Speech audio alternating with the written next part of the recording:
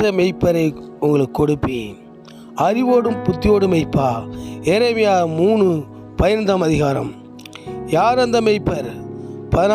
யோவான் 16:13 சத்தியாவிய தேற்றரவாளன் உன்னை வழிநடத்துவா. நான் தவறாக என்னை வழிநடத்தி விட்டார்கள். தவறான வழிக்கு போயிட்டேன். கண் சுருகுமன குருடை போல் இருக்கிறேன். வாழ வழி இல்லையே. வாழ்க்கை இருண்டு விட்டதே.